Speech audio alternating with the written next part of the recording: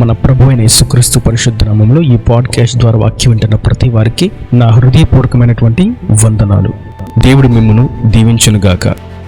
యెహోషువ గ్రంథం 5వ అధ్యాయము 9వ వచనం. యెహోవా, నేడు నేను ఐగుప్తు అవమానము మీ మీద నుండకుండా దొర్లించి వేసి ఉన్నానని యెహోషువతో అనెను. అందుచేత నేటి వరకు ఆ చోటుకి గిల్గాలను పేరు. చదివినటువంటి వాక్య భాగంలో నేడు నేను ఐగుప్తు అవమానమును మీ మీద ఉండకుండా దొర్లించి వేసి ఉన్నాను అని ప్రభు సెలవిస్తున్నారు. ఐగుప్తు అనగా లోకానికి సాదృశ్యంగా, అవమానము అనగా పాపానికి, లోక సంబంధమైనటువంటి బంధకాలకు సాదృశ్యంగా ఉన్నాయి. అయితే ఇప్పటి వరకు మీ మీద ఉన్నప్పటికీ ప్రభు వాటన్నిటిని ఇక మీట దొర్లిస్తున్నాడు అని తెలియజేస్తున్నారు. ఇజ్రాయేలీల యొక్క చరిత్రలో మనం చూసినట్లయితే అప్పటి వరకు వారికి అవమానం ఉందా? వారు ఐగుప్తుని దాటి ఇంచుమించుగా 40 సంవత్సరాలు అయిపోయి వచ్చింది.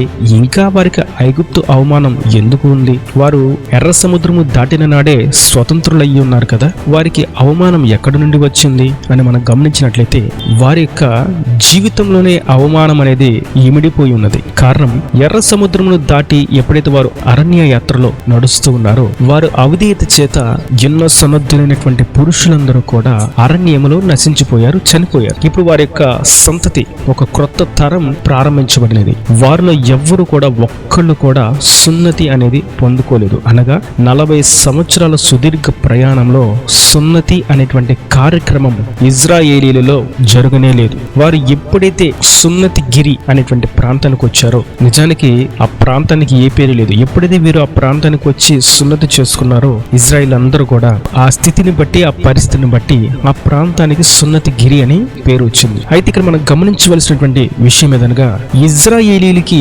అవమానం ఎక్కడి నుండి వచ్చింది అంటే వారి జన్మ తరహా, వారి క్రియలను బట్టి, వారి యొక్క పుట్టుకను బట్టి అవమానాన్ని మోస్తూ వచ్చారు. ప్రభు అంటున్నారు, ఎప్పటి వరకు మీరు స్వాతంత్రాన్ని పొందుకొని ఉన్నారు అనుకుంటున్నారు కానీ మీ మీద ఇంకా అవమానం అలాగే నిలిచి ఉన్నది. మీకు ఉద్యోగం వచ్చింది అని అనుకుంటున్నారు కానీ మీకు ఉద్యోగం వచ్చినా మీ అవమానం అలాగే నిలిచి ఉన్నది. మీరు వ్యాపారం చేస్తున్నారు, కాస్త లాభాన్ని చూస్తున్నారు అని అనుకున్నప్పటికీ మీ మీద అవమానం అలాగే ఉన్నది. మీరు మందిరానికి వస్తున్నారు, ఆరాధన చేస్తున్నారు, కానుకలు ఇస్తున్నారు, ప్రార్థన చేయించుకుంటున్నారు అని అన్నప్పటికీ మీ మీద అవమానం అలాగే నిలిచి ఉన్నది. నేను అన్ని విషయాలు నమ్మకంగా దశంభాగం తీస్తున్నాను, నేను నమ్మకంగా ఉన్నాను, వాక్యాన్ని ధ్యానిస్తున్నాను, ప్రార్థన చేసుకుంటున్నాను అని అన్నప్పటికీ మీ మీద అవమానం అలాగే నిలిచి ఉన్నది. కారణం ఏమై ఉన్నది అని చూసినట్లయితే సున్నతి జరగకపోవుట చేత, పితరుల యొక్క పాపక్రియలు వెంటాడుతూ ఉండుట చేత, జన్మ తరహా పాపము చేత, పాపంలోనే పుట్టి పాపంలోనే పెరిగి ఉండట చేత, తల్లిదండ్రులు నడిచినటువంటి పాప మార్గంలో అడుగులు వేయుట చేత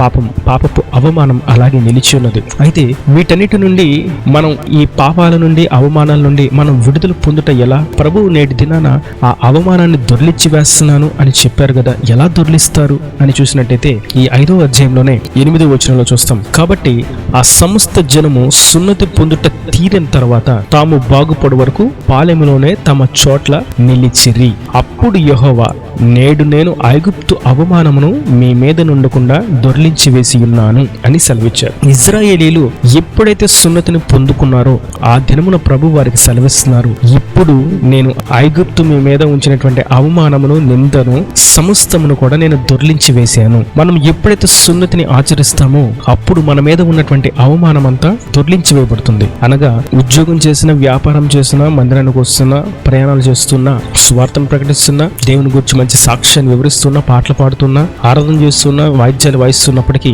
కొన్ని సంవత్సరాల నుంచి మందిరానికి వస్తున్నప్పటికీ సున్నతి అనేది జరగనంత సేపు ఎన్ని సంవత్సరాలైనా సరే అవమానం అలాగే నిలిచి ఉంటుంది. కాబట్టి సున్నతి అనేది మనం పొందుకోవాలి. ఇప్పుడు సున్నతి చేయాలనగా ఇజ్రాయేలీలు చేసినట్లుగా సున్నతిని మనం ఆచరించాలంటే ఖచ్చితంగా కానే కాదు. ఆ సున్నతిని ప్రభు క్రొత్త నిబంధనలో మనకి బాప్టిస్మము అనే దానికి సాదృశ్యంగా పెట్టారు. సున్నతి అనేది లోకములో నుండి వీరు నా జనులు అని ప్రత్యేకించడానికి ప్రభు ఏర్పాటు చేసినటువంటి క్రియ. క్రొత్త నిబంధనలో ఇదే స్థితిని, ఇదే కార్యక్రమాన్ని లోకంలో నుండి మనం వేరు చేయబడ్డాం, వీరు నా జనులు అని చెప్పడానికి ప్రభు బాప్టిస్మము అనే దాన్ని నిర్ణయించారు. అనగా ఆ నీటిలో మన పాపము, అవమానం అవమానము, నింద, నీరు ఏ విధంగా దొర్లుకుంటూ వెళ్ళిపోతుందో, ఏ విధంగా పారుతూ వెళ్ళిపోతుందో, మన పాపాలు ఆ నీటిలో ఆ క్షణం నుండి దొర్లింపబడి ఉన్నవి, కడుగబడి ఉన్నవి అని దాని అర్థం. నేడు రక్షణ లేకుండా మనం ఎంత భక్తిలో ఉన్నప్పటికీ అవమానము, నింద, పాపము అన్ని కూడా మెడ మీద బరువుగా భారంగానే ఉంటాయి. అయితే ఎప్పుడైతే బాప్తిసం తీసుకుంటామో అప్పుడు అవమానాన్ని ప్రభు దొర్లించి వేస్తాడు. కొందరు చూస్తూ ఉంటే దేవుని యందు భక్తిగా ఉంటారు, అదే విధంగా పాప భారాన్ని, అవమానాన్ని, నిందను మోస్తూ ఉంటారు. మీ కిందులకు ఆ శ్రమ ప్రభు వైపుకి తిరిగి ఉన్నారు, మీరు ఆయన యొద్ద సెరదీరండి, మీ కాడిని ఆయన విరక్కొడతాడు, మీరు ఆయన ఎదుట సాగిలపడండి, మీ నోటితో ఆయనను ఒప్పుకోండి అని సెలవిస్తూ ఉన్నప్పటికీ, ప్రకటిస్తూ ఉన్నప్పటికీ కొందరు ఎదురాడి పాప భారాన్ని, అవమానమును, నిందను మోసుకొని పోతూ ఉంటారు. ప్రభు సెలవిస్తున్నారు, మీరు సున్నతి అనేటువంటి కార్యక్రమాన్ని మీరు అనుసరించినట్లయితే, బాప్తిస్మము అనేది మీరు పొందుకుని ఉన్నట్లయితే మీ అవమానము ఆ క్షణమందే నేను దొర్లించి వేస్తున్నాను. నేడు మీరు ఏ విషయంలో అవమానాన్ని అనుభవిస్తున్నారు నా ప్రియ సహోదరులారా? ప్రభు సెలవిస్తున్నారు, ఒకవేళ రక్షణ లేకుండా మీరు ఉన్నారేమో, మీ కొరకే ప్రభు సెలవిస్తున్నారు, మీరు రక్షణ పొందుకోవాలి, సరైనటువంటి బాప్తిస్మమును మీరు పొందుకోవాలి, మంచి ఆత్మీయులైనటువంటి సేవకుని చేత మీరు రక్షణను పొందుకోవాలి. ఆ క్షణంలో మీ అవమానము, కీడు అంతా కూడా కొట్టివేయబడుతుంది, మీరు నూతన సృష్టిగా మార్చబడతారు.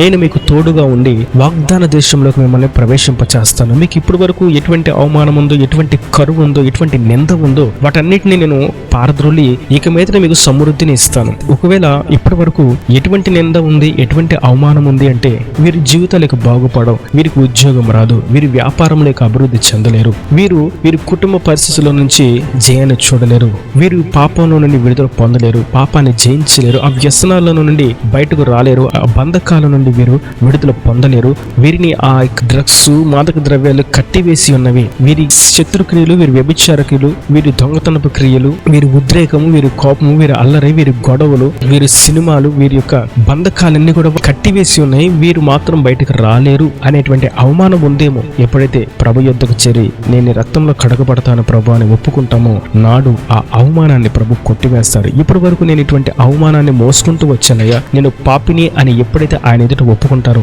నాడు ఆయన ఆ కీడును, అవమానమును, శాపమును, పాపమును కొట్టివేస్తారు, దొర్లించి వేస్తారు, నూతనమైనటువంటి సృష్టిగా మారుస్తారు. మరియు సున్నతి పొందిన తర్వాత ప్రభు వారికి అవమానం దొర్లించి వేస్తున్నానని చెప్పడం మట్టు కాదు, కానీ ఆ తదుపరి వారి ఎదుట ఉన్నటువంటి ప్రాకారము ఏ పని చేయకుండా కేవలం స్తుతి చేయడం చేత కూలిపోవడం మనం చూస్తాం. దాని అర్థం మనం రక్షణ పొందుకున్నట్లయితే దేవుడు మనకు రక్షణ వస్త్రాన్ని, ఆత్మీయ ఖడ్గాన్ని మనకు అనుగ్రహిస్తారు. వాటి చేత మనం కేవలం స్తుతితో ప్రయాణం చేస్తూ ఉండగానే మనకు ఆటంకంగా, అడ్డంకులుగా ఉన్నటువంటి ఇరికి గోడలు కుప్పగా కూలిపోతాయి. మనము వాగ్దాన దేశాన్ని సులువుగా స్వతంత్రించుకోగలుగుతాం. ఒకవేళ సున్నతి లేకపోతే, ఒకవేళ రక్షణ లేకపోతే, దేవుని చేత అనుగ్రహించబడేటువంటి రక్షణ వస్త్రం కానీ, ఆత్మీయ ఖడ్గము గాని, ఆత్మశక్తియే గాని, పరిశుద్ధాత్మ అభిషేకమే గాని రాదు గనుక, కలుగుదు గనుక వారు ఆ కీడుతోనే, పాపాలతోనే, అవమానాలతోనే ఆ ప్రాంతంలోనే సంచరిస్తూ వారి జీవితాన్ని ముగించు వారుగా మిగిలిపోతారు. అందుకే నేటి దినాన ప్రభు సెలవిస్తున్నారు, నేను నేటి దినాన ఐగుప్తు అవమానమును మీ మీద ఉండకుండా దొర్లించి వేసి ఉన్నాను. ఎప్పుడైతే మీరు సున్నతిని అనగా బాప్తిస్మను పొందుకుని పరిశుద్ధాత్మను పొందుకుంటారో, మీ పాపాల నిమిత్తం పశ్చాత్తాపడి మారుమనసును పొందుకుంటారో, మీ అవమానమును నాడే ఇప్పుడే దొర్లించి మిమ్మును ఆశీర్వాదకరమైనటువంటి వాగ్దాన సంతతిగా తీర్చిదిద్ది నిండార్లుగా నేను దీవిస్తానని ప్రభు సెలవిస్తుండగా, మనం రక్షణ పొందుకొని ఒకవేళ ఉన్నప్పటికీ పరిశుద్ధాత్మను పొందుకోలేదేమో, లేదా ఇంకా పాపాలను ఒప్పుకోలేదేమో, వాటి విషయంలో మనం ఆయన చెంతకు చేరి మనల్ని మనం సరి చేసుకున్నట్లయితే మన మీద ఇప్పటి వరకు పనిచేసినటువంటి అవమానము, కీడు, పాపము అంతా కూడా ఆయన దొర్లించి వేస్తాడు. అవమానానికి ప్రతిగా ఘనతనిస్తాడు, నిందకు ప్రతిగా పూలదండలను ఇస్తాడు, కీడుకు ప్రతిగా మేలును చేస్తాడు, తృణీకారానికి ప్రతిగా ఘనతను ఆయన అనుగ్రహిస్తాడు.